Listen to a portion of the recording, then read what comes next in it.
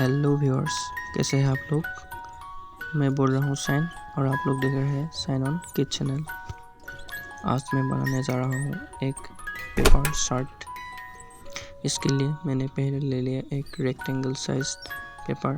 आप लोग कोई भी साइज़ का पेपर, रेक्टेंगल साइज पेपर ले सकते हैं और वीडियो को देखकर स्टेप बाय स्टेप फॉलो कर आप भी एक अच्छा सा पेपर शर्ट बना सकते हैं।